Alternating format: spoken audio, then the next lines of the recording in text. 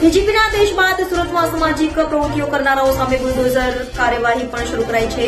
ત્યારે લાલગેટ પોલીસ દ્વારા માથાભારે સમીર માંડવાની મિલકત પર બુલડોઝર ફેરવી દેવાયો હતો। ગુજરાતમાં અસામાજિક તત્વોની શાન ઠેકાણે પાડવા પોલીસ મેદાને આવી ગઈ છે। ત્યારે ડીજીપીના આદેશને લઈ સુરત પોલીસે અસામાજિક તત્વોની મિલકતો પર બુલડોઝર ફેરવવાનું શરૂ કરી દીધું છે। તો સુરતના લાલગેટ પોલીસ મથકની હદમાં ગુનાખોરી કરનારાઓ સામે પોલીસે લાલાઆંખ કરી છે।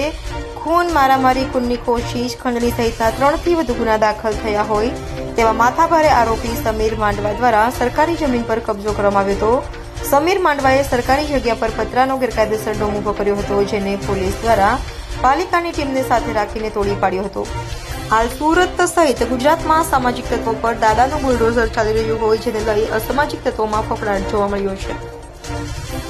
આજરોજ લાલગેટ પોલીસ સ્ટેશન વિસ્તારની અંદર એક સમીર માંડવા કરીને એક ઈસમ હતો, જે ભૂતકાળની અંદર ખૂનની કોશિશ, મારામારી જેવા ગંભીર પ્રકારના ગુનાઓ આચરેલા હોય એની ઉપર પોલીસની વોચ હતી અને પોલીસના ધ્યાનમાં આવેલું હતું કે એસએમસીના એક ખુલ્લા પ્લોટની અંદર એણે ગેરકાયદેસર રીતે એક દબાણ કરીને શેડ બનાવેલો છે।